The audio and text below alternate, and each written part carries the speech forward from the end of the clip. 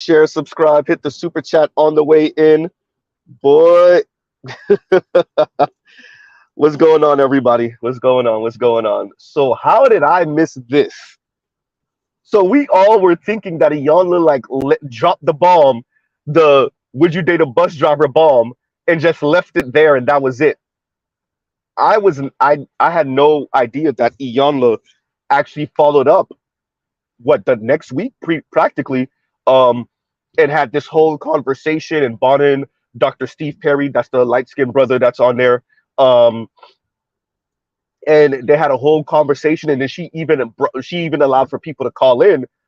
Oh my god, like how did Mr. Z not know? Y'all definitely have to know that Mr. Z would have called in and be like, y'all, you kind of helped to create this though, right? You and Oprah them, y'all boomer sisters helped to create this, right? Y'all created the monsters that created even worse monsters, and now y'all are interacting with your granddaughters, and y'all don't even know what to do with them, right? So let's go over a couple of things. First, Iyanla gave her monologue. Okay, standard issue stuff that you would expect from Iyanla Van Zant. Dr. Perry, she brought in Dr. Perry, and in the comments they're flaming Dr. Perry, they're flaming Iyanla Van Zant. They're pretty much relegating Iyanla Van Zant to old mammy, and the reason why they're in the situation they're in with black men is because the Iyanla Van Zants of the world babied their sons too much, right?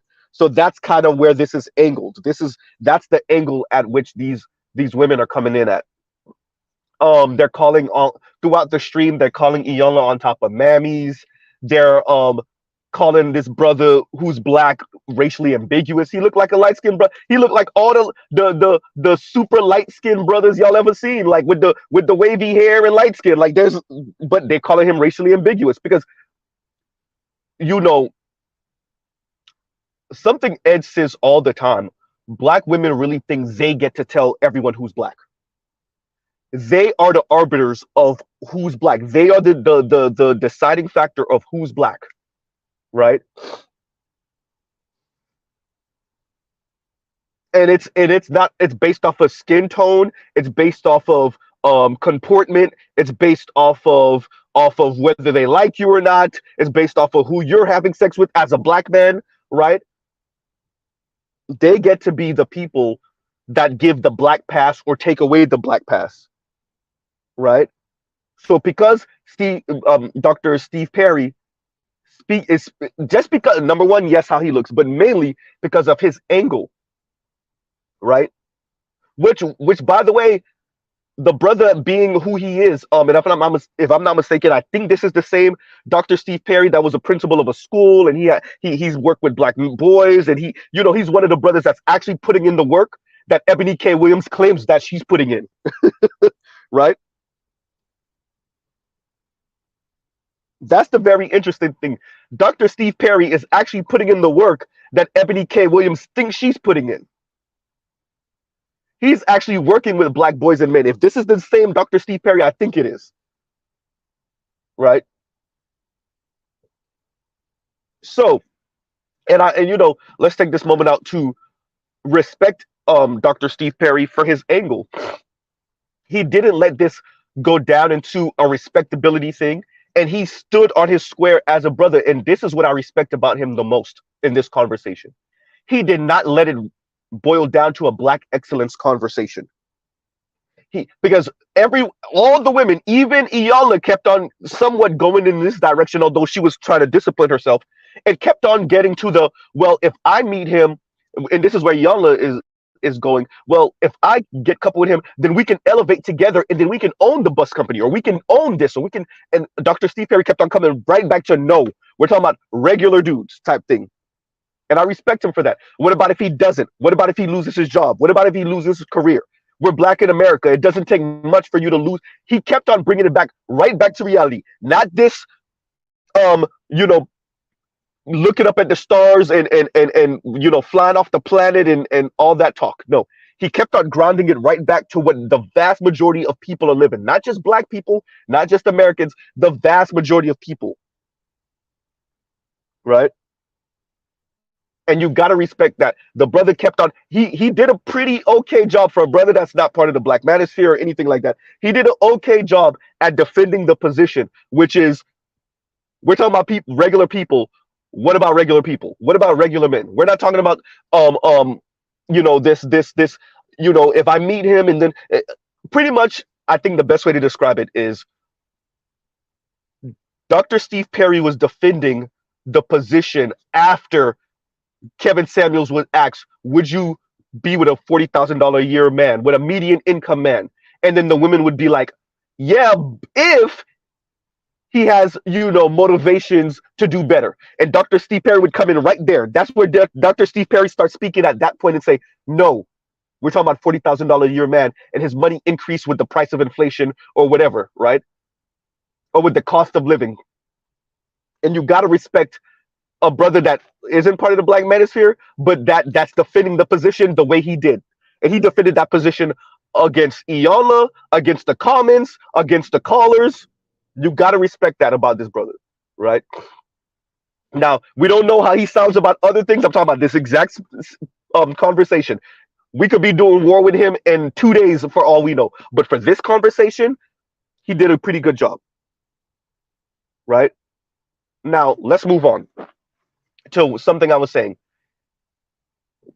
Missy Iyanla, you and Oprah and Gayle King, right? And all of you black talk show hosts from the 90s and 80s, and all of you black talking heads and thinking heads from the 80s and 90s and early aughts, y'all created this monster. All of you black women created this Frankenstein. These are your daughters and granddaughters. The women in the comments that's going in on your age, that's calling you mammy. You imagine a black woman calling another black woman a mammy, a elder black woman a mammy. These women that are in their 20s and 30s are your daughters and granddaughters, Miss Iyanla Vanzant. See, when y'all were going in on black men in the 90s, in the 80s, when y'all were allowing white society to go in on black men, when you were saying, yeah, black men need to be locked up, when y'all use respectability politics to allow white racists to lock up black men, right? All of that, all of the stuff that y'all were allowing to happen to your sons and your grandsons, right? All of that stuff, all of the chastising of your boys and your men all through the 80s and 90s and early 2000s, that was sanctioned by the white state because they wanted you. They gave y'all the whip to beat black men over the head with. They gave it to you, ladies. They made you the colonizing agent. And believe it or not, y'all still didn't sound this bad. See, the issue is scale, right? Y'all sounded bad. Y'all sounded real bad for the time. But now your daughters and granddaughters sound like neo-Nazis. Now your daughters and granddaughters sound like neo-Nazis about other black people, namely black men. Your daughters and granddaughters are talking about aborting black male babies just because they're black males. Your daughters and granddaughters are purposely ending up in relationships with white racist men, purposely. Your daughters and granddaughters are talking foul about black men in the presence of white people on purpose.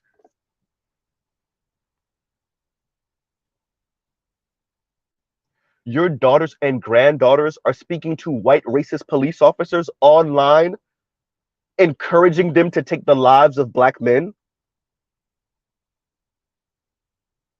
Oh, yeah. See,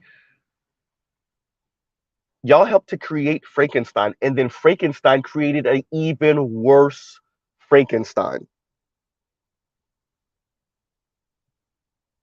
Right?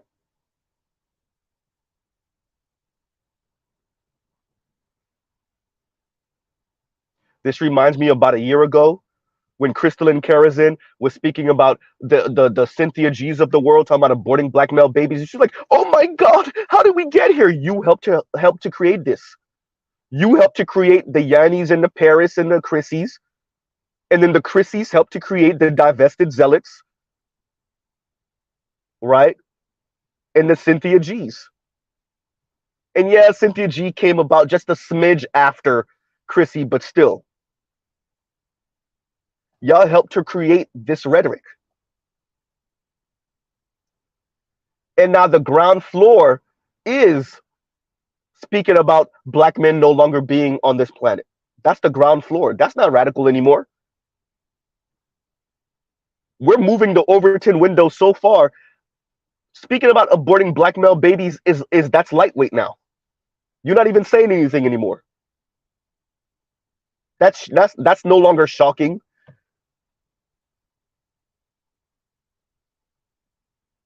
So I'm a little late on the uptake. This conversation is about 3 weeks old between Ian Van Zant, Dr. Steve Perry, and the comments that were going on, the live comments. If you go through the comments now, it's still the same thing.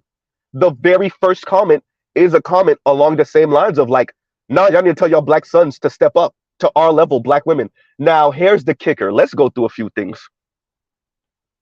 Stuff that Media Man is covering, stuff that BGS is covering, stuff that we've all said in our own ways on different channels all over the black manosphere. Black women are speaking about black men not being on their level, yet black men still start more businesses than black women. Black men still employ more black people than black women do. Black men have less debt, have better credit scores, have more money. Black men still earn more. Black men still put on more hours. On average, black men are doing better than black women, hands down, period, financially. Hands down, period. It's not even a competition. Right? And Black Wizard said it really started with Brooklyn Blue. Yes, we remember Brooklyn Blue. Oh, yeah, I remember her. Brooklyn Blue. I don't know why I got tongue tied. Yeah, right? Right?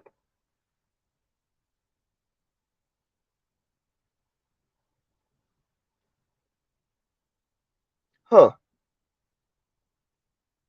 So black men are still, and shout out to the brother G. Like he said, we're not in competition with black women. Black women are in competition with black men. And in their competition with black men, that black men are not in competition with them, they're still losing. And they're only where they are because white society is propping them up. I'm not saying that there's not black women working hard, studying, keeping their heads down, grinding.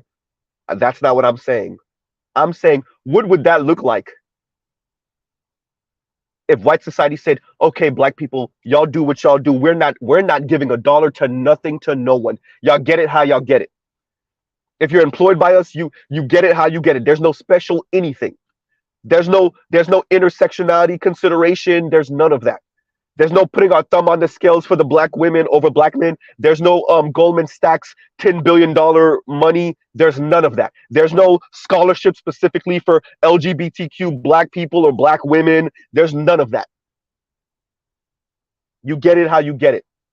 What happens then, black women? Right?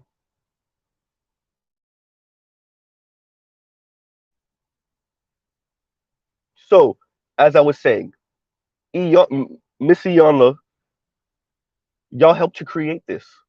The way you would speak, the way Oprah would speak, the way Gail and Snoop Dogg situation went down, the women on Queens and Cocktail and the way they spoke to Ice Cube, the way Alicia Garza was speaking to Ice Cube on Roland Martin's show. Decades of that, and now you have women that could be your daughter and granddaughter, Miss Iyanla Vanzant. These are your daughters and granddaughters, particularly in ideology. And they're calling you a mammy. A mammy.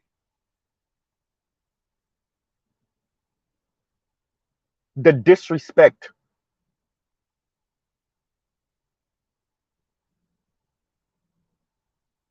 Y'all ever notice Mr. Z doesn't bark at any of the elders? I don't raise my voice at any of the elders. None of that. And this is online. I'm not looking at them face to face even. We're not even in person. You see the way I speak to everyone from AL Evans to BGS, Black Uru, Art New Style, all the elders. These women are calling elder black women. We have our disagreements with them. Yes, we do. They're calling them mammies. They're insulting their age. Oh my God. Right?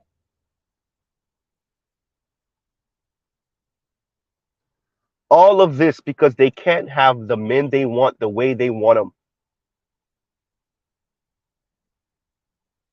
Right? Wow. Wow. Right? So let me go into this. There was some very old arguments being made here. Iana says speaks about speaking to Roland Martin, and Roland Martin saying to her, a lot of these women want men on standards that their daddies couldn't even meet. Okay, these are some old. Shout out to all the elders. Look, they're not trying to hear none of that. These women resent their fathers if their fathers were even in their life. Even the fathers that were in their lives, they resent them. These are the same women that go to academia, that go to colleges and universities and claim that their fathers were all type of abusive. And even if he wasn't physically abusive, he was abusive because he barked at her one or two times, right? Because he told her no one or two times. Because he told her, "Oh, you're not wearing that out my house," one or two times. These are the women. You're talking about the women that talk crap about their fathers on college campuses and then go back to their dorm and call their dad to send them $100 because they're in emergency. That's the women you're speaking about. So this argument, you shout out to, we all been there, right? Especially for those of us like under the age of 40, maybe 45, when an older person makes an argument that they think sticks, and it's like, what are you talking about? We're not there. Are you trying? What is it, like appeal to morality? The people we're speaking about, the women we're speaking about. I don't know how to say it to because I think Dr. Steve Perry gets it. I don't think Iyanla gets it. They don't care about nothing except for the money and status. They have boiled men down to nothing but a car. A man is a car. You have the Corollas, you have the Benzes, you have the Range Rovers, you have the Bentleys, you have the Ferraris and the Lamborghinis. You have the F2, 1, 2, and 350s, right? That is it. Men are nothing but a tool. No, they do not see the humanity in none of this. You could and you could couple a bunch of stuff in there. There's this brand of feminism that we're under. There's this brand of capitalism that we're under. Materialism and consumerism unchecked. All the delusional television that y'all allowed for the corporations to push over the past 3 and 4 decades, purposely targeting your young girls, right? There's all of that. So the arguments that y'all are making, appealing to their morality, we're still speaking about the women that their fathers are part of their life. And they have certain resentments towards their father, but their father was part of their life. We didn't even talk about the women that were raised by single mothers, and their single mothers filled their heads up with all the hatred in the world for men, particularly black men. We're not even mentioning them yet.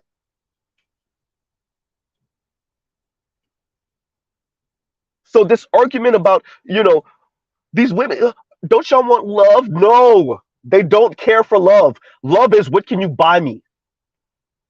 If I want love, I'll go cheat on you with Mandingo, with Tyrone the Mandingo.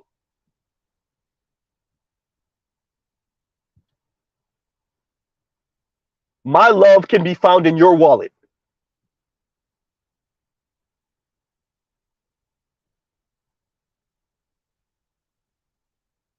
Like I said, Frankenstein. I'm not joking when I said it, right? Y'all helped to create this monster, this materialistic, consumerist, neoliberal a-hole, mean. And I will give Iyanla this.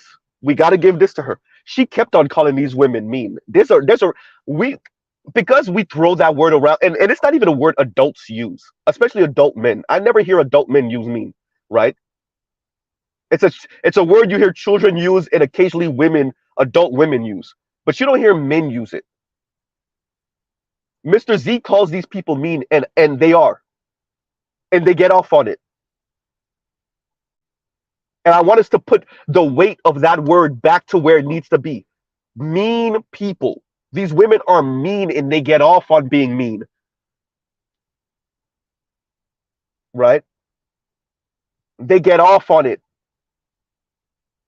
They're practically having orgasms being mean to other people, particularly men, particularly black men. They get off on being condescending.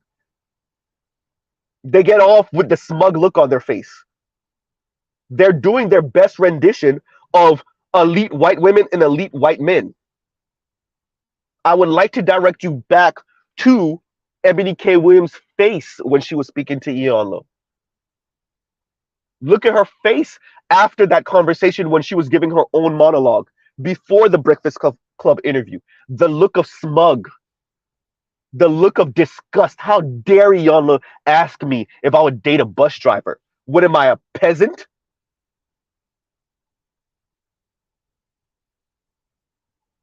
And all of the women that were living vicariously through Ebony K. Williams.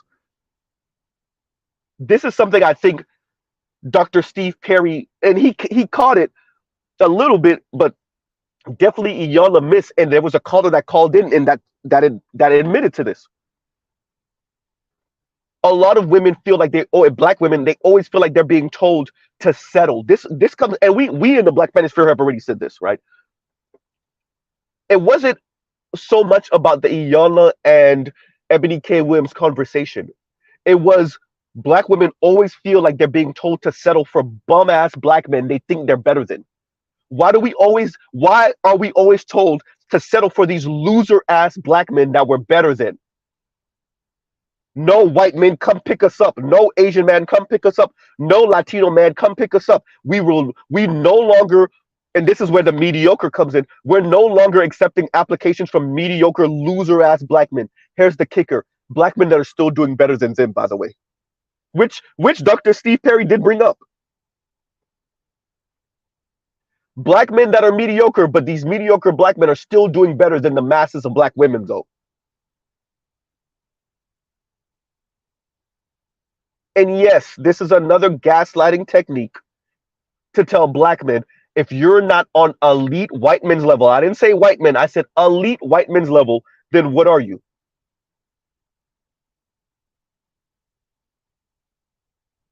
What I think both Dr. Steve Perry and Iyanla miss, or at least they didn't speak about, is these women want female empowerment and patriarchy at the same time. They all want female empowerment and patriarchy at the same time. Translation, they just want men to be worker bees. Give me the money, give me the status, do for me. And let me run this relationship from the background until something hits the fan. Until ish hits the fan, and then you got it. Right? And we'll pause right there, right? Yeah, let me read this real quick. If this would show up the way I need it to. Give me 1 second. There we go. All right. And better uses, and thank you for the super chat, better you and better uses. So Z, you mean government and public policy is picking winners and losers? I know you meant to say losers. Winners and losers in society, clutch pearls. Exactly. Yes. Yes. And it's something we already know that I'm not saying anything new or revelatory, right?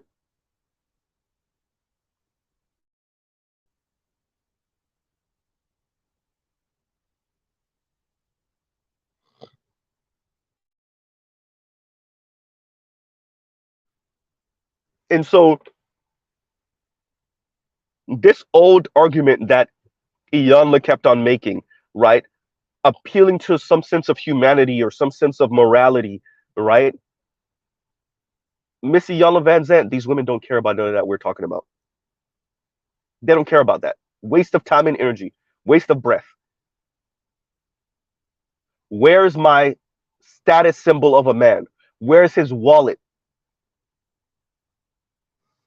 Right? They're using men almost as like a competition tool towards other women. Oh, your man is 6'1", my man is 6'3". Oh, your man makes 80, my man makes 120. Oh, your man bought you that little Acura, my man bought me a Benz. Oh, y'all got a oh, he make the mortgage payment on y'all little 3-2 with a 2-car garage. Oh, that's cute. I live in a gated community. In a gated community, we have 5 bedrooms, 3 baths, and a 3-car garage. It's not about the man as a person. It's about the man as a status symbol. So while we spent the past few decades chastising men for seeing women as nothing but their bodies, right? Her hip to waist ratio, her dress size, your daughters are over here doing even worse because men even aren't even what they are physically. Men are amalgamation of numbers, height, how much he can lift, what's his credit score, how much money does he have in his savings, how much does he earn a year, how much is his car.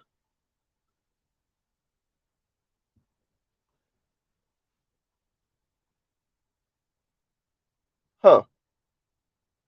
So the appeal to morality and humanity and some sense of you know some sense of feeling for another person, they don't have it. They do not have it. Right? Capital having unfettered access to their minds and their sensibilities since these women were toddlers, since these women were babies. Oh no, you could give that up. Right? I would like to direct you to Kevin Samuels. And by the way, these women kept on throwing Kevin Samuels at Iyanla and Dr. Steve Perry. And Dr. Steve Perry and Iyanla were like, what are you talking about? Let's pause right here. Every man ever. You have moms, you have sisters, you have girlfriends, you have wives. We all know how they hold on to something for months and years and decades and throw it in your face whenever they want. These women were trying to throw Kevin Samuels, rest in peace, in Dr. Steve Perry's face. Trying to throw Kevin Samuels in Iyanla Van Zant's face. And both of them were like, wait, what are y'all talking about? Y'all let Kevin Samuels call us average at best. Wait, what? See, nobody was saying anything when Kevin Samuels was calling us average at best. What? Wait, did Dr. Steve Perry ever go on Kevin Samuels' show? No. Did Iyanla ever go on Kevin Samuels' show? No. Did they ever big up Kevin Samuels? No. Did they ever speak positively about Kevin Samuels, whether dead or alive? No. So what are y'all talking about? What type of television show or movies are y'all watching where random people who disagree with men that you disagree with run up on these dudes on camera, beat them up, maybe murder them on camera just to do the bidding of black women? Now y'all understand the case that's going on with the former football player. These women want that type of power. Hey, let me call my people up. Let me go get this dude murked.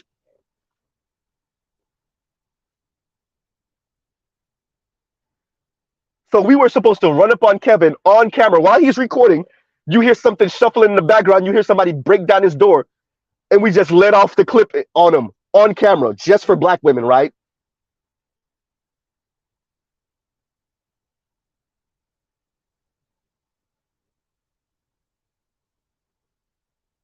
Delusional.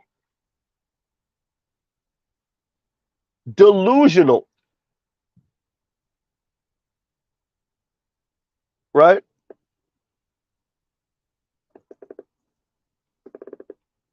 So there was a white lady that called in.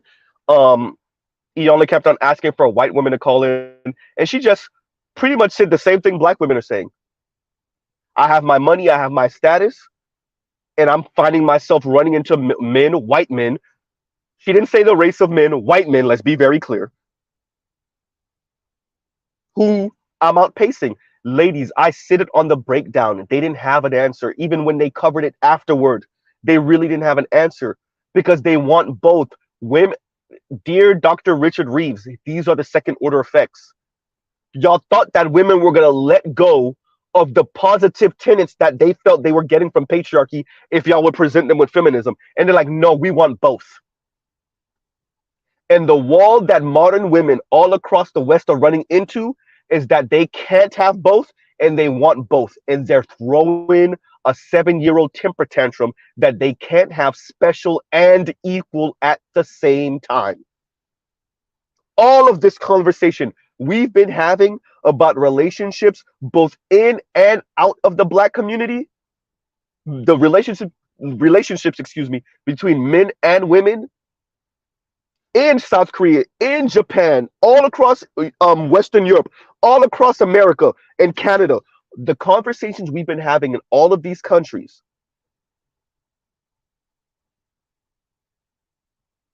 is women having a difficult time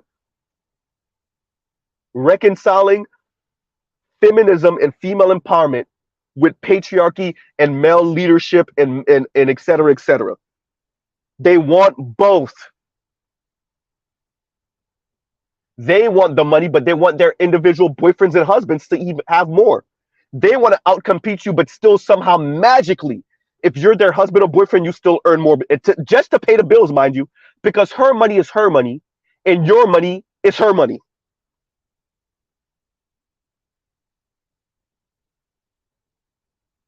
Ebony K. Williams said as much. That's where the bus driver question came from.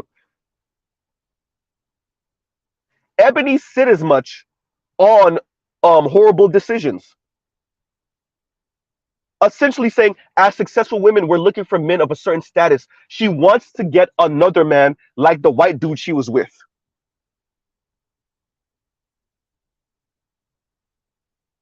Even Selkis Ray called this out. The math don't math. Even Selkis Ray was like, wait a minute. Because Ebony makes this much, that's a passport to allow her to demand or for a man that earns even more. So how does hypergamy work? I thought hypergamy was just dating and marrying up. So for Ebony, she gets to date and marry even higher because she earns a certain amount. What? It's not supposed to make sense. It's their feelings.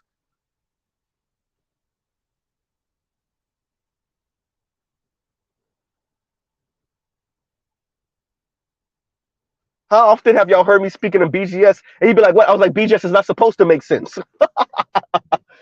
That's the whole point. It's their feelings.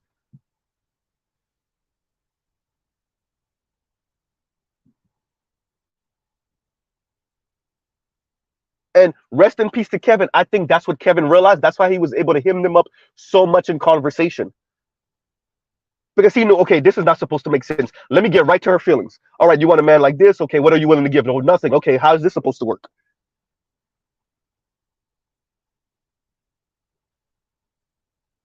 Right? In the comments were just women, and in her comments now are just women after men. These are men. They're supposed to do it. That's their job. Be providers. That's what they're supposed to do. That flies in the face of female empowerment. Choose one, ladies.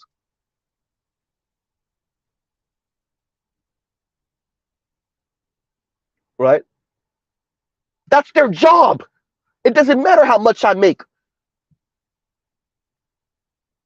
It doesn't matter what I do. It's their job as men to be providers.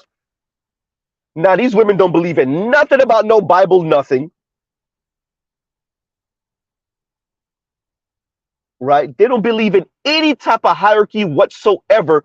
But all of a sudden, when it's time for for them to pay a bill, it's where's my man and why isn't he paying my bills? Because it's a man's job. They don't believe in the rules for anything. Rules? What rules? Norms, what norms? But all of a sudden, when it's time to pay a bill, when something goes bump in the night, right? When it's time to pay a bill or when something goes bump in the night, that's when they believe in norms, right? This is when a man is supposed to be a man's man, right?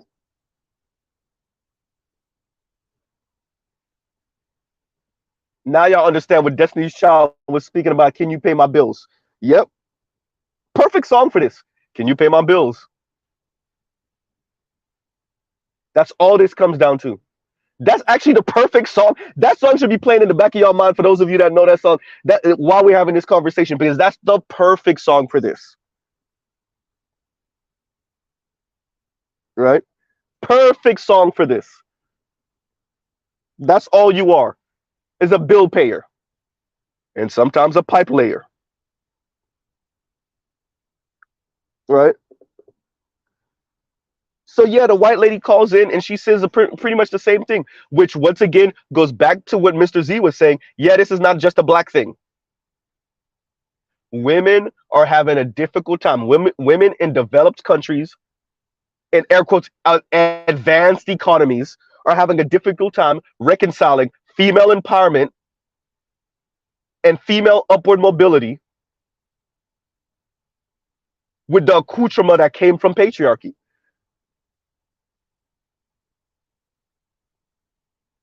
Right? And the fallout is them throwing a 7-year temper tantrum everywhere they go. In person, online, over the phone, on TV, in movies, everywhere. In articles and magazines and newspapers, everywhere. All over the media. And in person in real life. All the articles, the insider articles, everywhere you go. CNN, MSNBC, Fox News, they're throwing a fit. Conservative, liberal, progressive, it don't matter. All of these women throwing fits everywhere they go. Right? You got the Tommy Lawrence, you got the Ebony K. Williams. Before her boyfriend, you had Kim Foster. You got Chrissy. It don't matter, white, black, otherwise.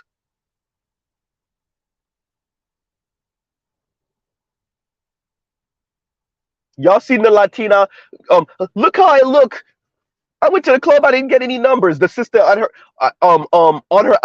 leaning over the island in her kitchen. Look how I look. Me and my girls without. We didn't get any numbers. Throwing fits.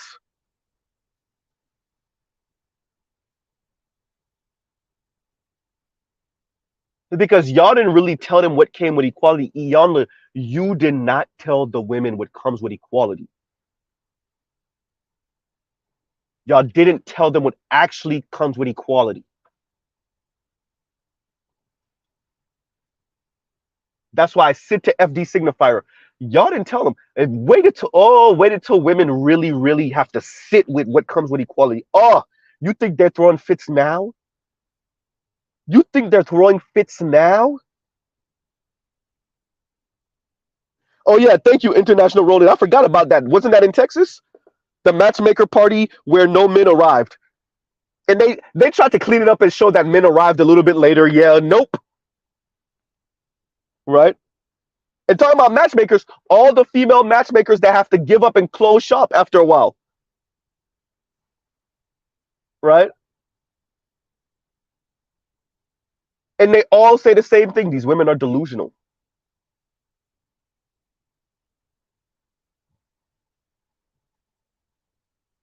Y'all didn't tell them what comes with them entering the workforce. You didn't tell them what happens when they're competing against men for jobs, for business loans, for car loans, for spots in exclusive nice schools, for the corner office job, for the promotion. No one, and let me be very clear. I understand that it's not our concern and it shouldn't be our concern as black men in the black manosphere. I'm just saying this for the conversation.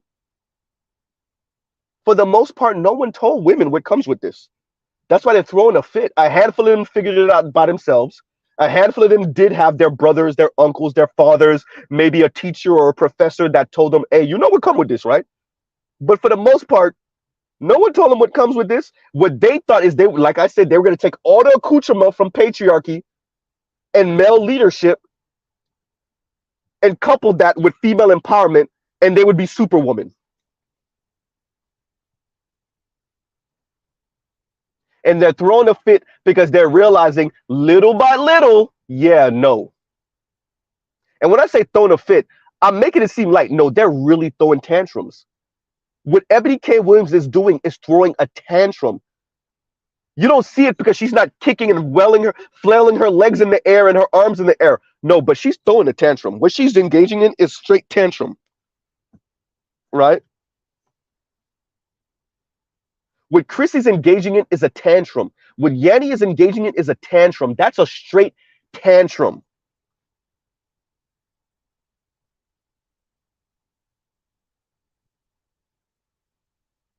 Don't let the way they're exhibiting their tantrum fool you. No, that's a tantrum.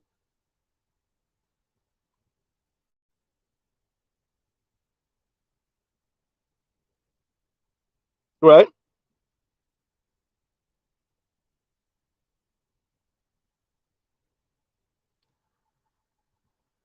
So the white lady calling in and pretty much describing the same thing for her, which reminds us of the white women that called in the Kevin Samuel show, rest in peace, and said the same thing. I have my money, I'm educated, or my dad left me this and I'm doing well in life. And essentially, where's my man? Right? Essentially, where's my man? Which goes right back into what I'm saying. They have an issue dealing with the fact that you got it. They never intended to be primary breadwinner in their homes. They never intended for it. And they're finding it more and more as less and less men enter college and have these degrees, as more and more men decide to live a more minimalist life, as more and more men decide to be passport bros or SYSBM, and that's black men in particular. But as more and more men decide, yeah, I'm done,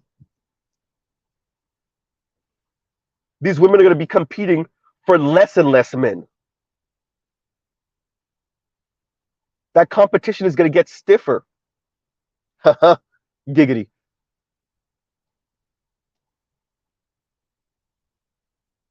All right, then. Right. For those of you that heard me on the breakdown, look at how the ladies were speaking. What I said, can y'all have feminism and patriarchy at the same time? It was quiet. The simplest question in the world. You can't. How are men supposed to provide more than women if we don't put a ceiling on women? How are men always supposed to provide more than women if we don't put a cap on what women make? If we don't arbitrarily say, yeah, no matter what you do as a woman, we're always going to give the promotion to the man. We're always going to give the job to the man. You can only get the access jobs. Right? Or we'll reserve 20 out of 100, we'll reserve 20 slots for women, but you can only make so much. And if a man applies for that job, we have to fire you. We have to let you go. How is this supposed to work?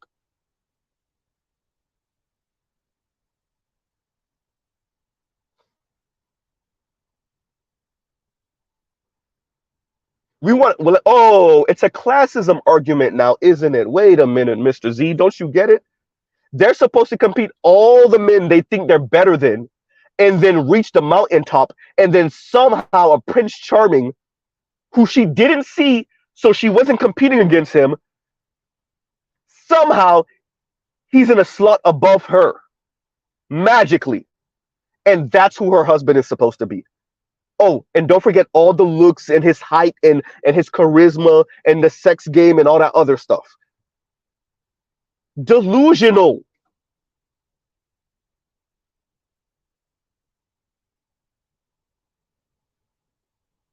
right? Delusional. Outcompete all the men, look down on them, and somehow magically at the top of the pyramid is some 6'5", 6'6", 6'7" tall Tyrone or Brad chisel chin six pack who you didn't see when you were competing, and he's in a slot above you, and that's your husband. What? Right?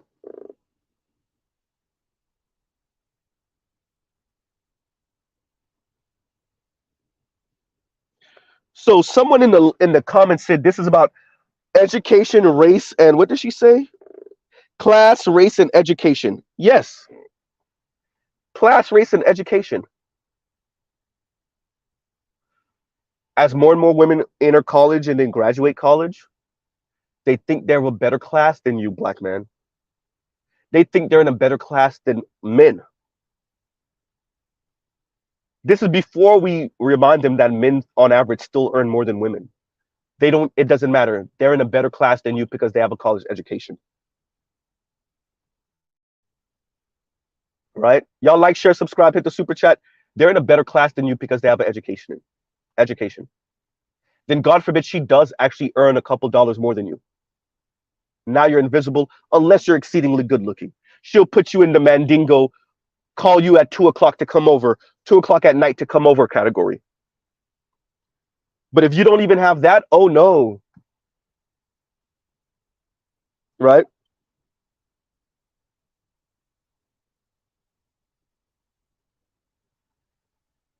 Huh. The question keeps on coming back to how is this supposed to work? Iyanla and Dr. Steve Perry, they're just running into these women that were just ripping them apart in the comments. And pause right here. Shout out to Iyanla for being able to read the live comments while doing her show, right? And still engaging with Dr. Steve Perry and the callers later on when she brought the callers in, right? Because she was spitting out some of the comments like and trying to refute them, but I know it's difficult, ain't it? Right?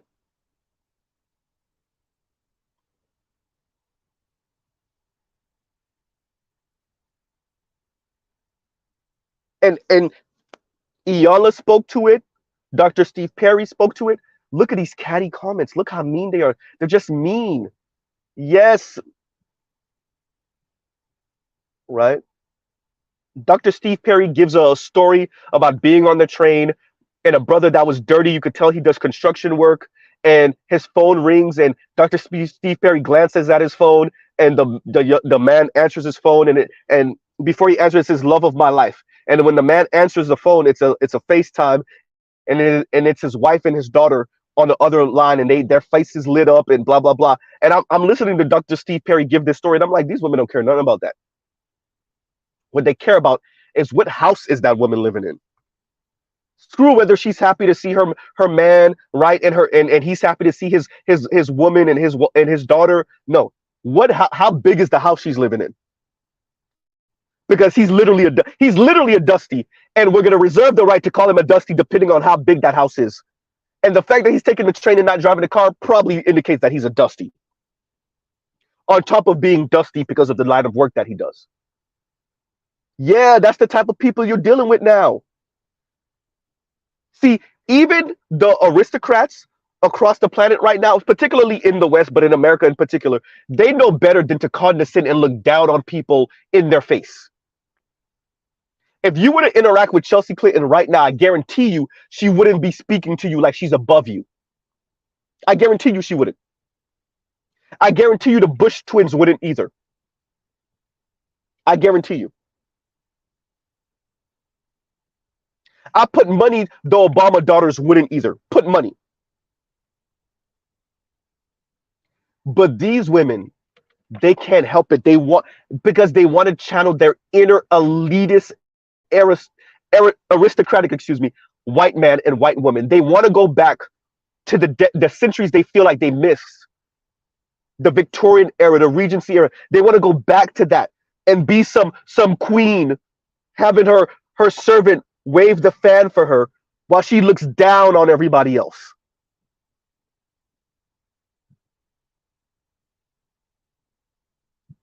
They want to be Massa's madam, sitting on the porch with him, looking down on all the slaves.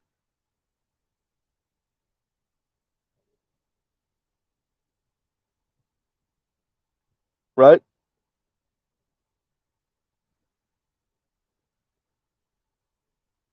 They want to be condescending. I think that's what Iyanla misses. Miss Iyanla Van Zant misses. When she calls them mean, she thinks they see it as an insult. No, they want to be mean. They want to be condescending. This is where negative liberty comes in, right? Shout out to PK Angel. They want to be mean. They're not being mean by accident or just because their emotions, take control, and no, they get off on it. That's the whole point. I'm better than you, so I get to condescend down to you.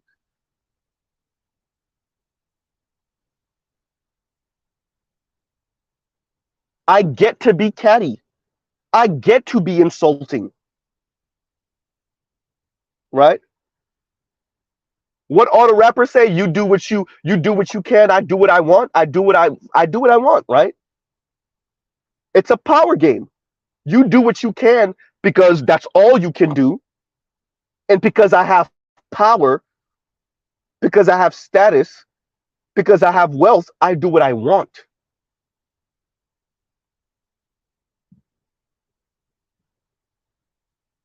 And because white society gave me the whip, I get to condescend down to you, black man, while demanding you pay my bills, while demanding you blow my back out, while demanding you put me in this type of house in this type of neighborhood, driving this type of car.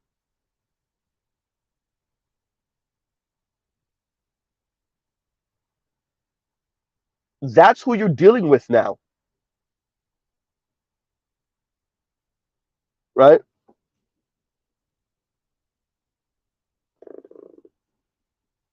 So the class, race, and education, of course. And this goes right back to what Sagar was saying. This is going to be very interesting because Sagar's saying it so much, right? And shout out to the brother once again who said it, stealthy red pill. And Sagar's being real stealthy with his red pill talk. But Sagar sees it too. The women still want patriarchy. They want all the men. They want the part of patriarchy where men are responsible.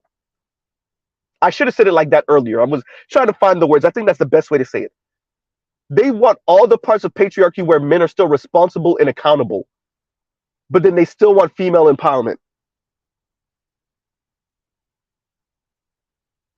They still want female empowerment, female upward mobility,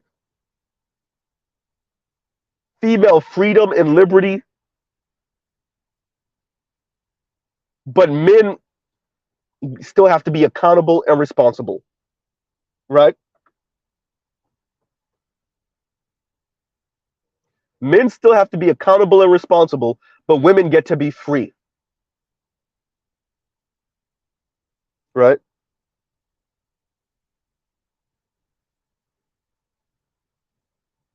Now, how am I responsible for another adult?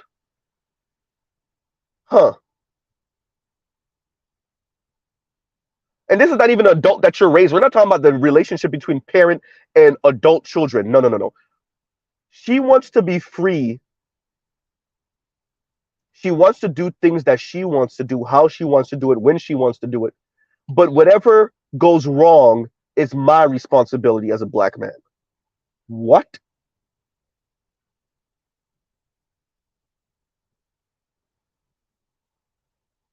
Once again, these women want all the liberties and power and prestige upward mobility that the past 40, 50 years of female empowerment has allowed for them to have, but yet they still want men, namely black men in this conversation, to be responsible and accountable for the actions of women and men themselves. They want men to hold other men to a standard that women set. Remember, women set the standard, men just enforce the standard that women set. You want to talk about worker bees and killer drones. You want to talk about the hive model. Women set the standard, men enforce it on other men, sometimes through violence.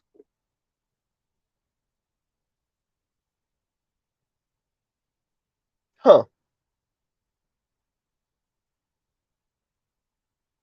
So men have to be responsible and accountable for women and children, per what women say, black women say, right? And y'all give me a second.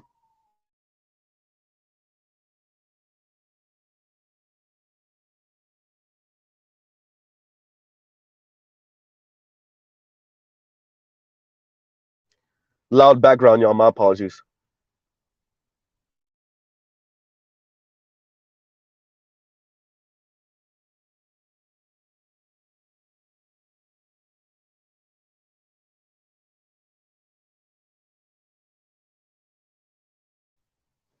All right, I'm back. I'm back.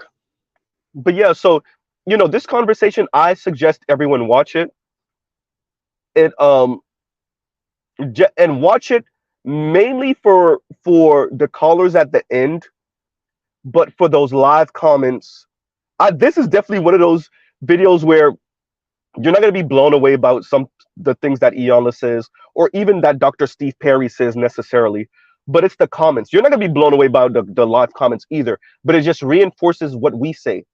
And it's interesting watching Iyanla interact with the comments, and then also be reminded that Iyanla just recently ended her show with last year or the year before. And this is why Iyanla keeps on saying women are out of order, including black women. Women are out of order. Women are out of order. You want to know why Iyanla is saying women are out of order? Just read through those live comments. Read through the comments that are posted now, but definitely read through those live comments and watch as women half Iyanla's age, less than half Iyanla's age, call her all type of mammy, say that Iyanla took what Ebony said out of context. They're blaming Iyanla for what Ebony is going through now. No, y'all still don't get what Iyanla was saying. Ebony is single because Ebony is the way Ebony is. This has not. And how did Mr. Z forget to say this? Yeah, Iyanla caught this sleight of hand that Ebony pulled. Iyanla went right to it. Yeah, now she's making it about black excellence. This is not about black excellence. Let me make sure we get that. Right?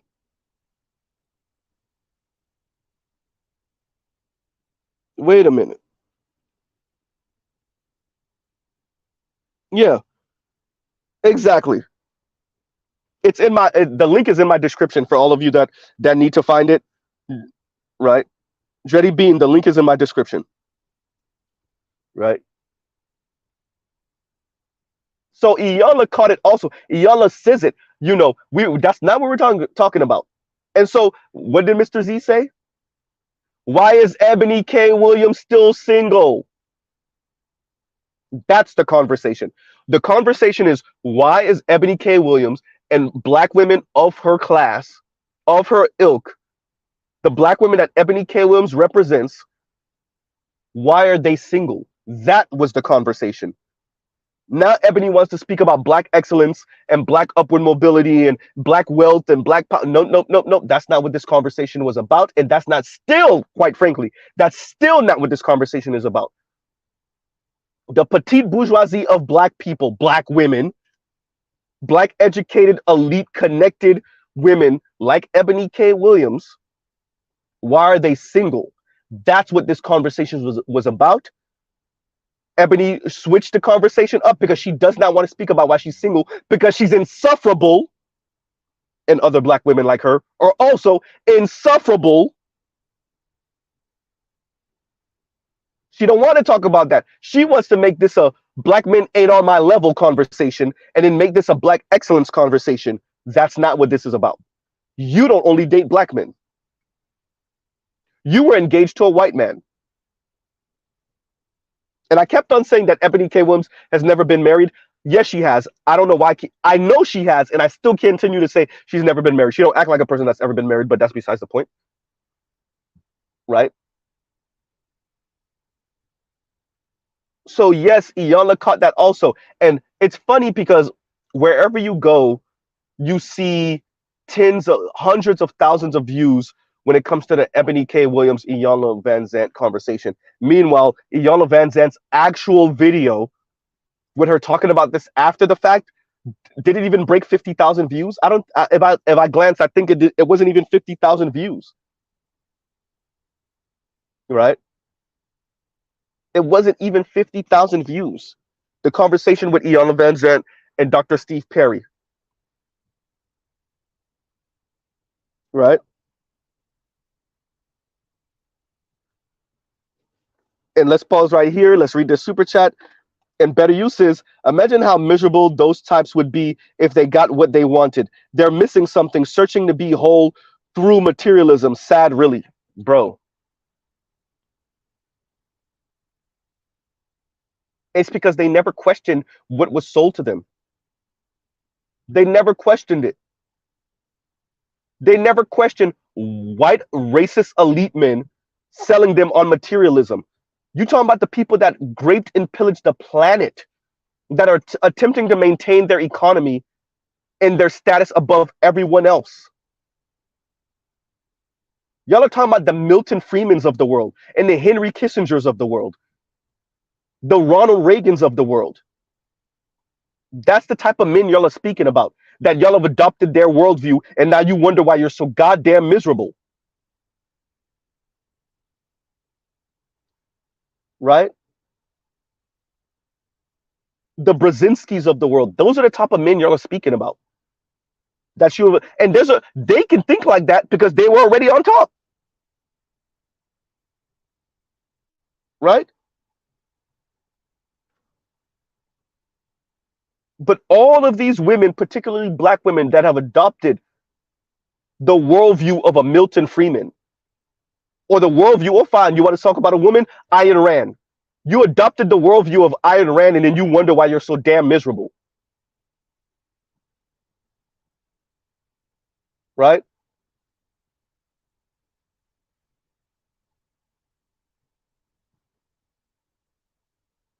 Y'all want to be some mixture of Ayn Rand, Hillary Clinton, Margaret Thatcher, Madeleine Albright.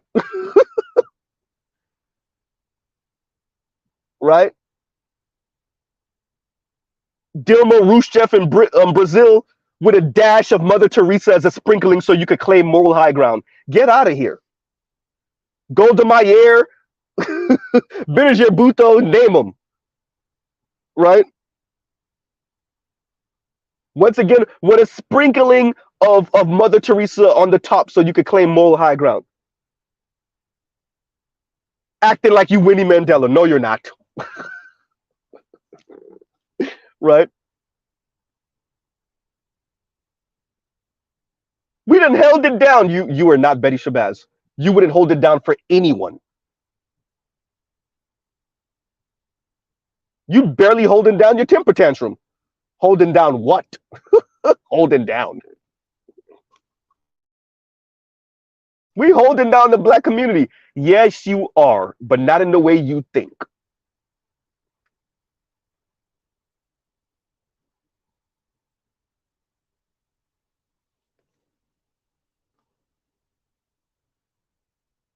These people are ridiculous.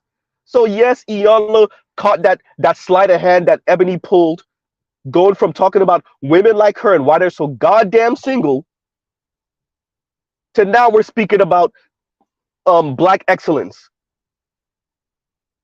And look at how many women jumped on that train, because y'all too, just like Ebony K. Williams, refuse to admit you're the insufferable one. The problem is you. You want to know why you're single? You. Look in the mirror. That's why you're single. You're insufferable. Like Iyanla kept on saying, like Mr. Z says all the time, you're mean, you're catty,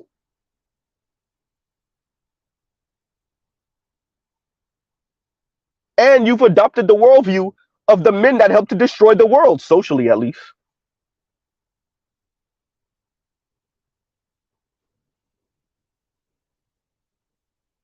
And then you wonder why it's not working for you. And you think you can fix all of that through a boatload of things, high dollar, high status things.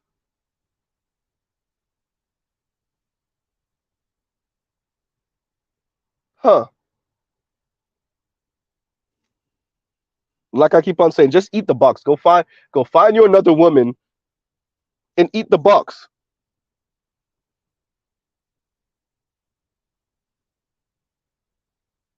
Right?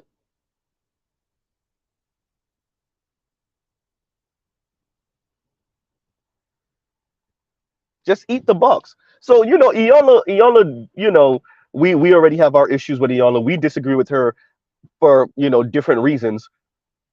But to watch a person that helped to create the Frankenstein monster have to now deal with the Frankenstein monster, it was fascinating. I wish Oprah was there. Oh, I wish Oprah was there. I wish Gail was there. I wish. Y'all the ones who helped to create this monster. Now when y'all interact with Frankenstein, you're like, oh my God, what you thought? You imagine they called Tina Knowles, Beyonce mom, Mammy. They call it Iyanla Van Zant, Mammy. Wow. Oh my God. The disrespect.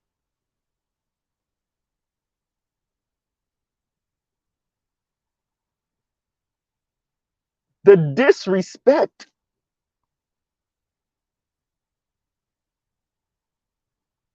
Then try to turn around. Well, y'all need to raise yourselves to be on black women's level. Let me be mean. We're above your level. If anybody got to step up, it ain't black men.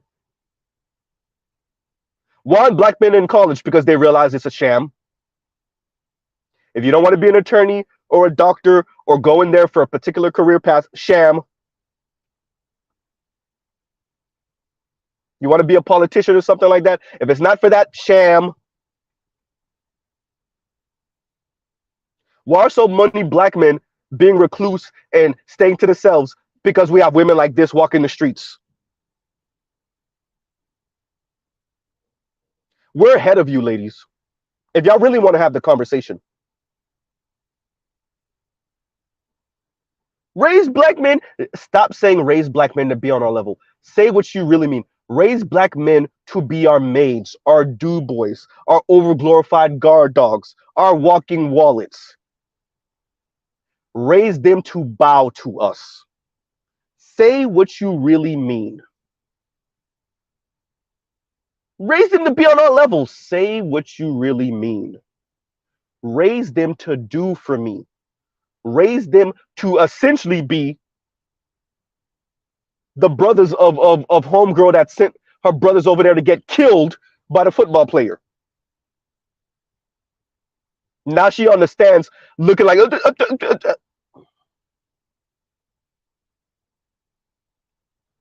say what you really mean.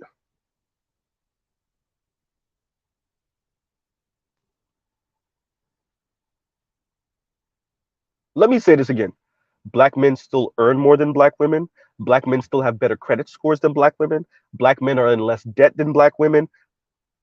Black men work more hours than black women. Black men employ more people than black women.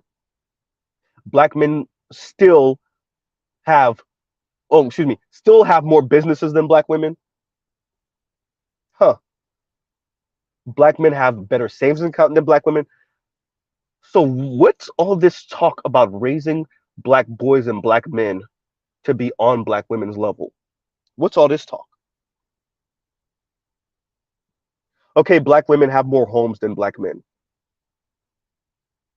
You're two, three paychecks away from that no longer being an issue. So,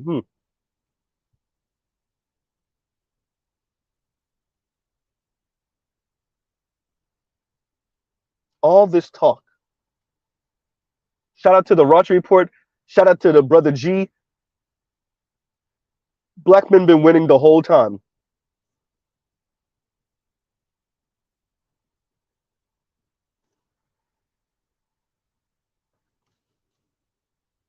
And Shrell Billy said, but all those lash and bundles and T-shirt businesses. You mean those sole proprietorships where they don't even make $24,000 a year? The little side hustle, the little business, and look, we're not look 24 extra dollars a year. That would be dope. Mr. Z wouldn't mind earning pretty much $25,000 extra a year. I wouldn't mind it. Thank you. But if we're going to speak about this on a grand scheme, you don't get to talk down and look down on black men because you got a little side business earning $15,000 a year, 10, 12, $20,000 a year. No, right?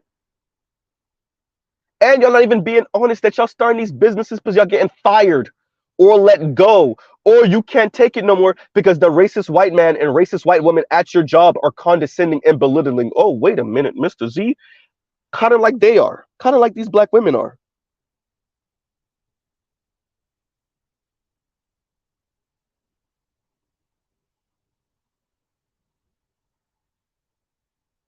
Huh. Y'all are getting fired, let go. Automation and AI and all these softwares are putting a foot in y'all ass. The mean, condescending Corey Holcomb spoke about it. His daughter, in Chicago, working with these people. His daughter got a college degree, and the little Asian, I think she said, Asian and white women being a-holes to her.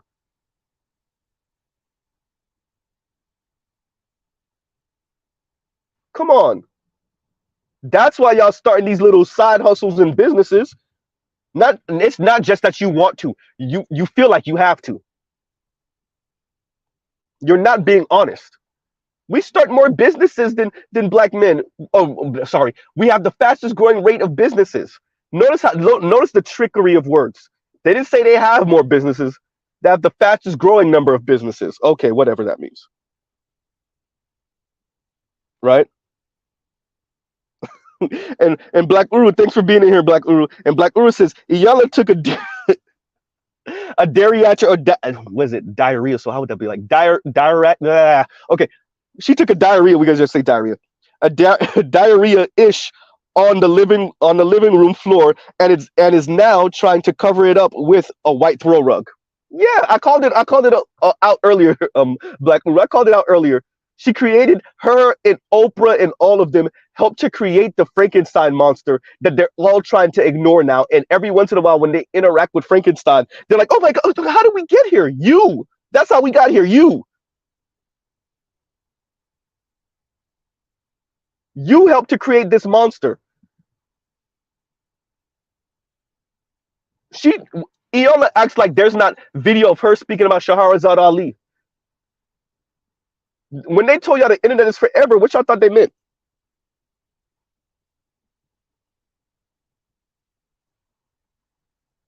Even in the conversation when black women were trying to press Iona, she's like, I didn't say black. You got to remember, I'm black and indigenous and I'm mixed with Latino. Look, all this is what I mean by those old arguments. And one thing that's dope about Black Uru and BGS is they don't make those old arguments. Ain't nobody trying to hear about your whole mixed background.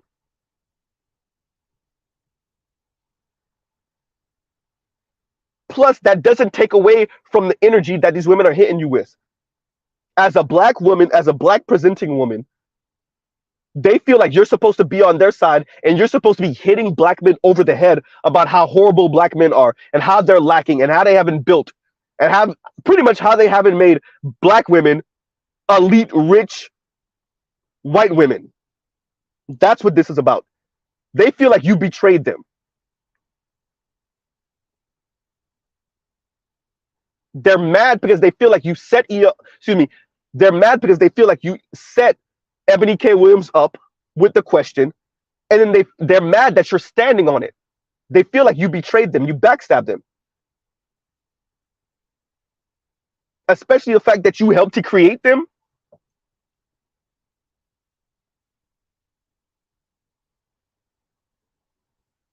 Right? You helped to create them, and now they feel like you're backstabbing them by essentially telling them they sound crazy. They're mean and they're delusional. Right? And I stand with you on this one. And Black Uru says, until Iyanla publicly apologizes to Sister Ali, I have no use for what she says. And that's it. And she won't. Maybe you get a blink if you miss it, half-hearted apology when Shahrazad Ali passes. Maybe. But outside of that, yeah, I don't see it.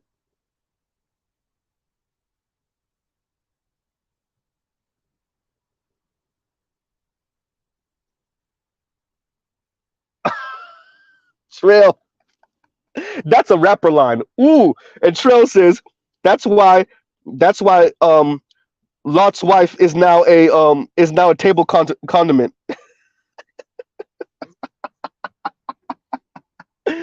Oh, right. Yeah, those sisters do be on tables like they table condiments. Any of y'all that open a restaurant, I guess y'all gonna have to put the sign up: no dancing on tables. Oh man.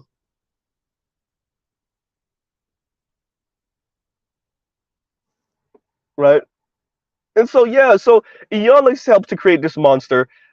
Shout out to Dr. Steve Perry, but I think as hard as y'all were trying to fight, no, the women ain't hearing it.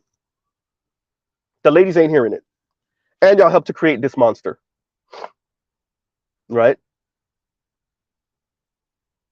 I applaud Dr. Steve Perry for the way he spoke and stood on his square, at least for this conversation, of essentially telling the women we're not talking about upward mobility, none of that. These are the men. This is how they are. What you gonna do with them? And so when y'all hear Mr. Z say, "Get your boxing gloves and boxing shoes ready to go compete for the and fight it out for the top 20%, or get ready to eat the box," I'm not joking. These women can't even keep it together in Iyanla Vanzant's comment section. And so, yes, and Dr. Steve Perry also calls it out. So, yes, a lot of these women are doing a whole lot of virtue signaling, but they're going back home to their regular ass boyfriend and husband in their regular life. Of course, that's a thing. Of course. But many of them are not.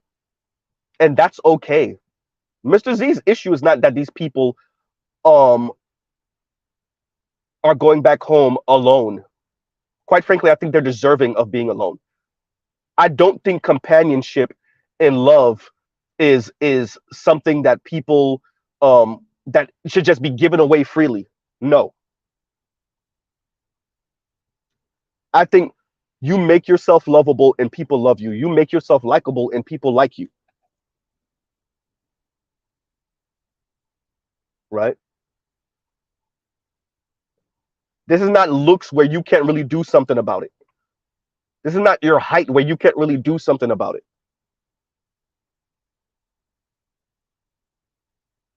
People make themselves insufferable and then get mad about the repercussions of being insufferable. The backlash of being insufferable. These black women are mean and catty and a-holes and condescending and once again insufferable, and then have an issue with the fallout of being insufferable.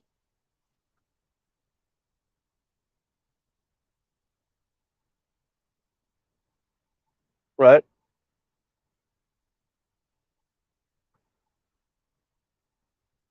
They're dealing with the fallout of being, and that's why it's beautiful. Shout out to Edward Anderson when we tell him to go date out. because you know that how that's gonna look. Eventually, Keisha's gonna be Keisha, and Brad's gonna be Brad, and that's when the conversation gets real interesting. When all of these black women who told you they could do better outside the race can't do better outside the race. That's why it's good that they're telling us publicly, because back in the day they were still messing with these white dudes. You just didn't know. Now they're telling you publicly like they're dealing with these white dudes. That's why it's actually interesting listening to all these black women cop pleas for Ebony K. Williams, because the biggest elephant in the room is there, the white man. And why didn't that work out? That's what they don't want. Look, let's call a thing a thing. I said what I said earlier about black women like Ebony K. Williams and her class of black women and her ilk of black women being single as hell. But the most important part of that, why are they still single, is the white man. It's not us black men. This conversation actually has nothing to do with you, black man. They keep on trying to inject you in the conversation as a red herring. Nope. This conversation is all about why didn't it work with you and the white dude? They're trying to bring you in so that everybody can focus on, yeah, the black man is lacking. No, no, no, no, no, no, no, no, no, no, no. This conversation is not about the black man. Why is it that black women like Ebony K. Williams can't even make it work with the white man that they tell us is better than us?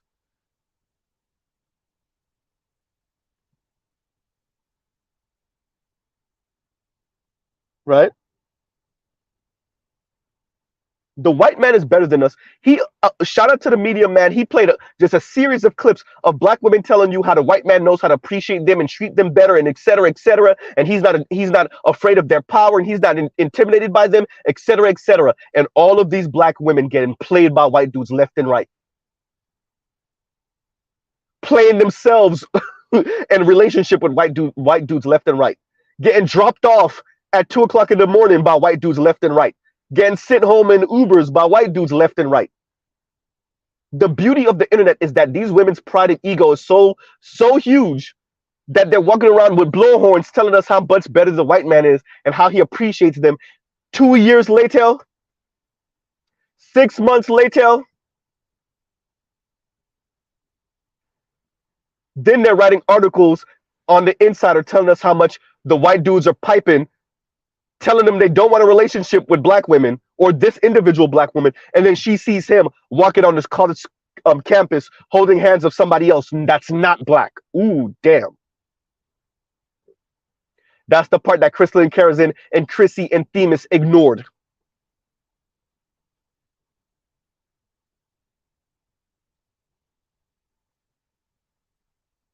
So shout out to Iyanla, but that's the part you didn't want to talk about.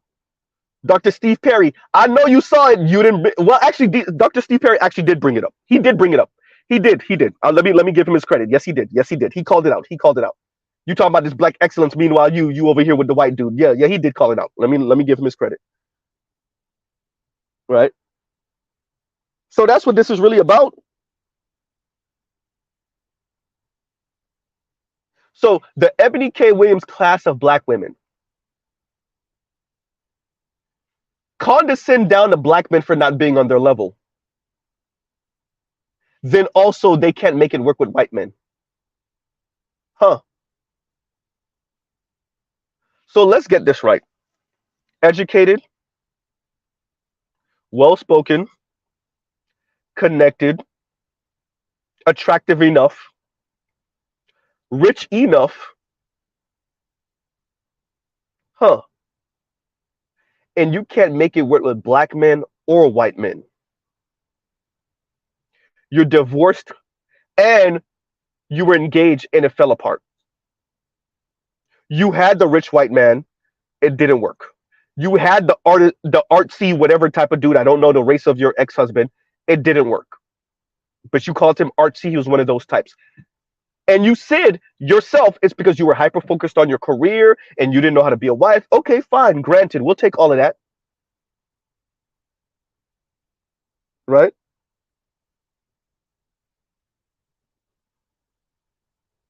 And it didn't work. Huh.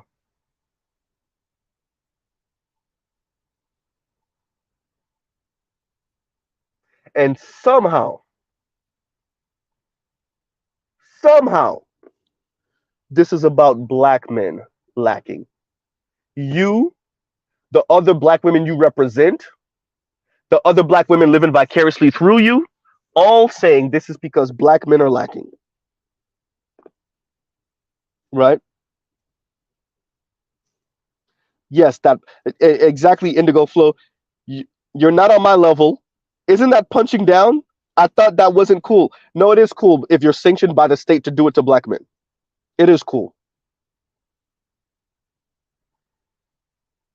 You're sanctioned by the state. You're sanctioned by your parents. You're sanctioned by the black community to do this to black men, to speak about black men this way, right? So what Ed says about tell them to date out, it stands true. The more of them date out, eventually they're gonna have to say, yeah, maybe it's me. They're never going to say it, Z. Right? They'll start sounding like K Michelle. It'll just go to black men ain't ish to men are bad people. Shout out to Ryan Lochte. Right? They'll just go from black men ain't ish to men ain't ish. And here's the hive model. Right? And here comes the hive model. And you want to know why black women are leading the field in same-sex relationships and bisexuality. You want to know why? No, it's just because we love and we know how to love and we love more than everybody else loves and we don't see gender and we don't see that. Nope, nope, nope. You're insufferable, and the only person that can tolerate you is another black woman, and that's a ticking time bomb because y'all over here thumping in each other's homes.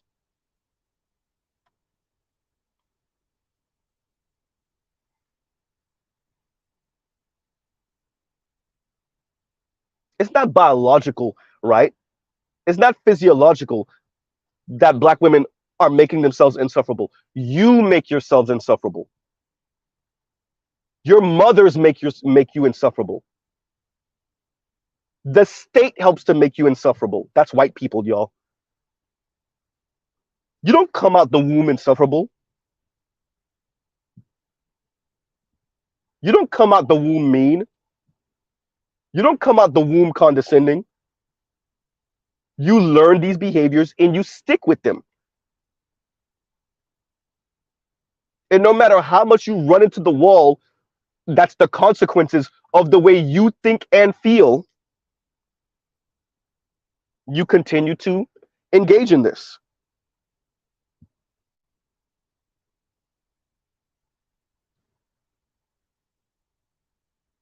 Chrissy is running into the wall of this. Yanni is running into the wall of this. Cynthia G is running into the wall of this. Right? Y'all are running into the wall of your own ideology and worldview and then throwing a fit because you can't have the world the way you want it, which is I get to be a rich white elite woman, a rich white elite man, comport myself that way, and I get the same results they get. Yeah, it doesn't work that way.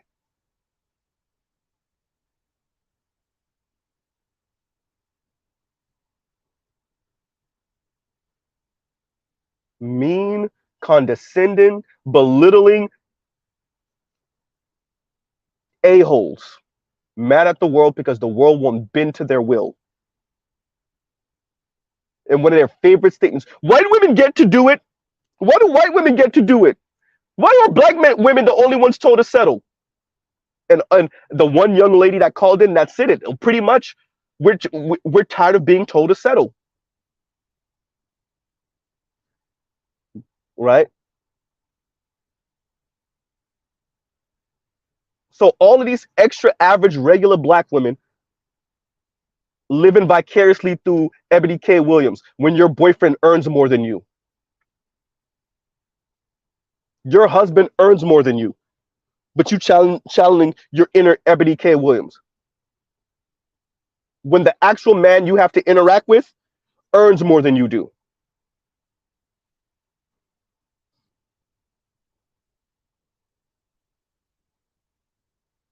But I guess we gotta channel Themis for this one. What did he say to Dr. T. Hassan Johnson? Yeah, but not enough more.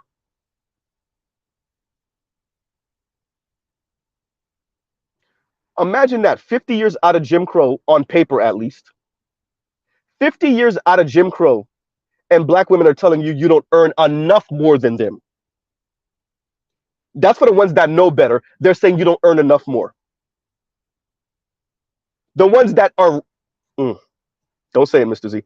The ones that are ignorant say you need to get on their level because they actually believe that they earn more than you, that they have better credit scores than you, that they're in less debt than you, that they employ more people than you.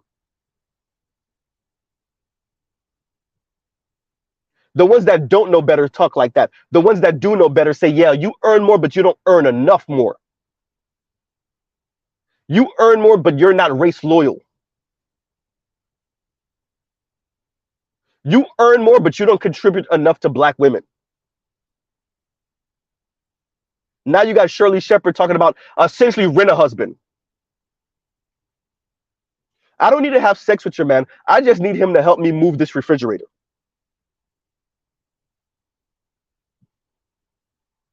I don't want to have sex with your man. I just need him to reach up there on the top shelf and grab that for me.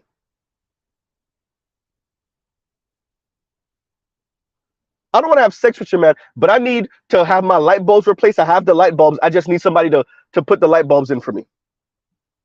Rent a husband.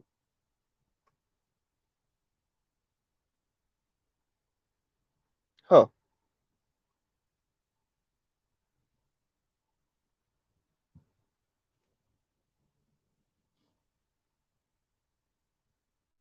So yeah, tell them to date out so they could do what Ebony K. Williams does.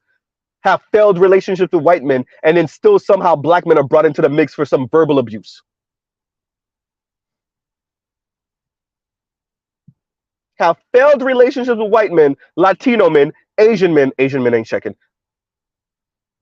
And somehow black men are bought in to be insulted and belittled and condescended down to.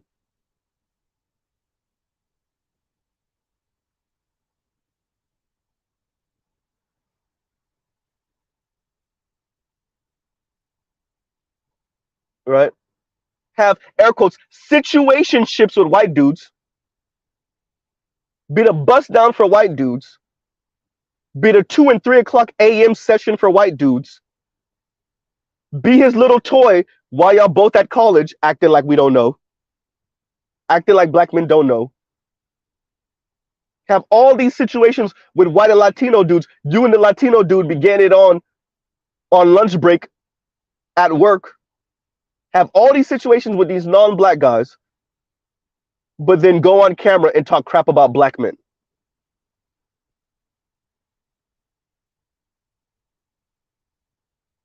Huh.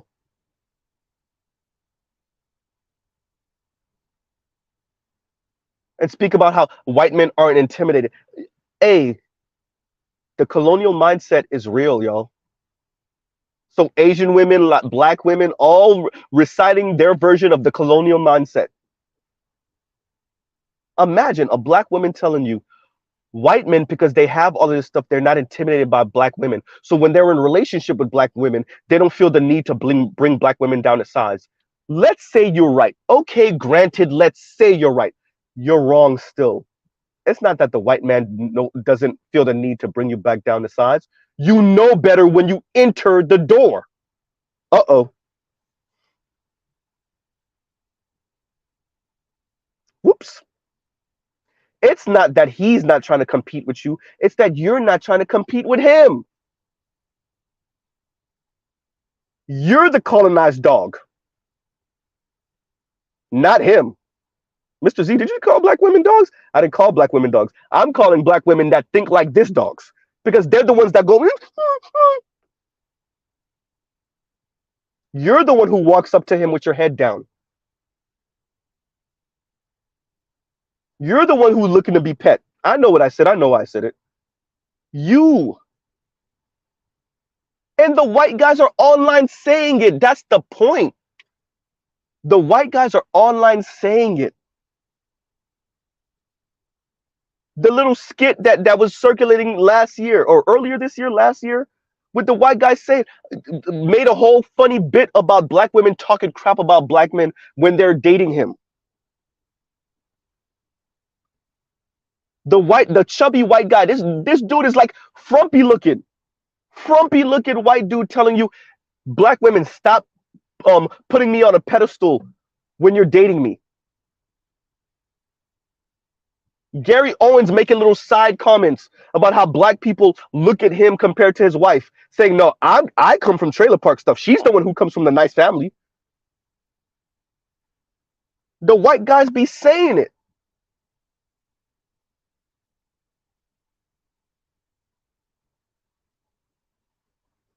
They tell you how you interact with them, not how they interact with you, how you interact with them. And then black women got the nerve to talk about, yeah, we're the white guy's not intimidated by us. Ladies, the black guys are not intimidated by you. They're annoyed. They're not intimidated. They're not jealous. They're annoyed. You know the difference between the way you interact with white men and the way you interact with black men.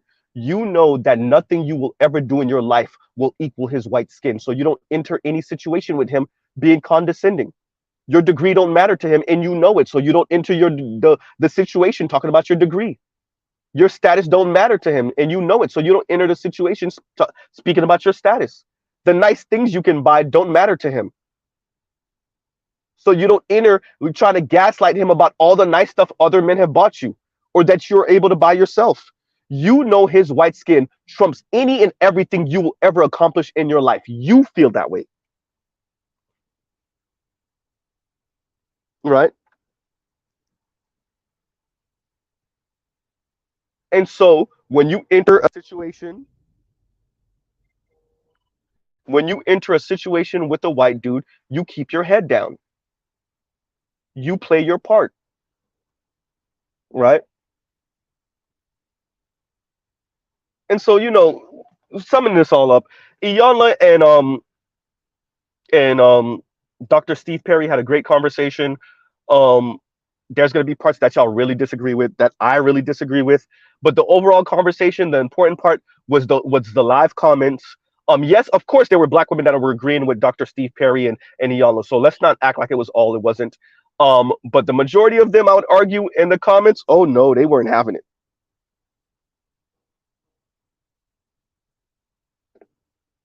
Right?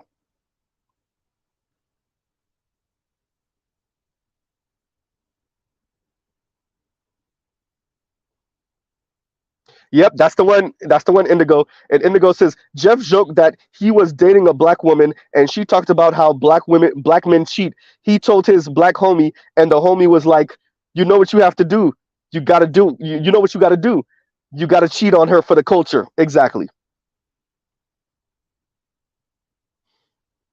Exactly.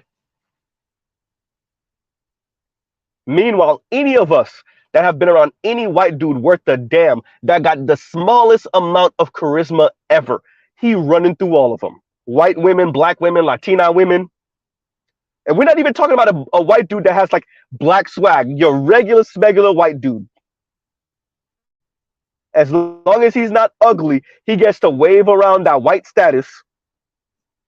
And guess what?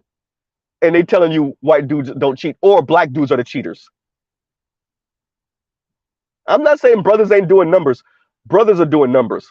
But the white guys, that's a whole different monster. Right?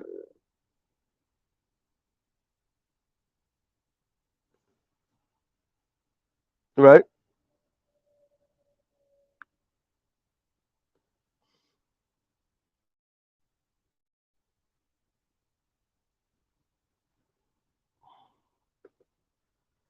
So, we'll end it out there. Y'all check out the link. It's a long conversation. But very interesting. stuff that y'all already know, pretty much everything you already know, but just to have it reinforced and confirmed, you know, the colors, that was interesting, but the live comments is where it's at in the comments. I don't suggest y'all go to war with the people in the comments, just let it be. And it's old, it's 3 weeks old anyway.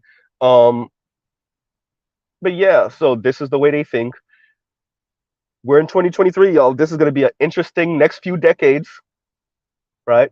I already told y'all how it's gonna look, at least what I think it's gonna look like. And it's gonna be a whole lot of single women. The population is gonna go to the dumps, and a whole lot of us are gonna be SYSBM and passport bros. Um, and for those that don't even want to engage in that, we're just gonna be doing our own thing and get vagina when we get it, right? And here's the thing: we already know the bar for men and their happiness and being content is way lower than it is for women, and we will be content. There will be brothers that'll be content once a month, once every other month, doing a little something with somebody that he got on retainer, right? And it's gonna be the women throwing a fit. If this is what the new normal is gonna look like, men are gonna put their heads down. They're gonna be career driven and oriented and do their thing, and they will be okay. And they will engage in their hobbies, and they'll be all right? And they'll have their passports, and maybe twice a year go overseas and have fun, right? And they'll be all right. So we'll pause right there. All right, y'all. Y'all have a great rest of y'all day, right? Y'all go check out other Black Manosphere content, other non-Manosphere content for the love of God. We will pause right here. Love, peace, and chicken grease. I think Roger's probably streaming now, so y'all go ahead and check out the Roger report. All right, everybody. Y'all have a great rest of y'all day. Mr. Z out. Peace.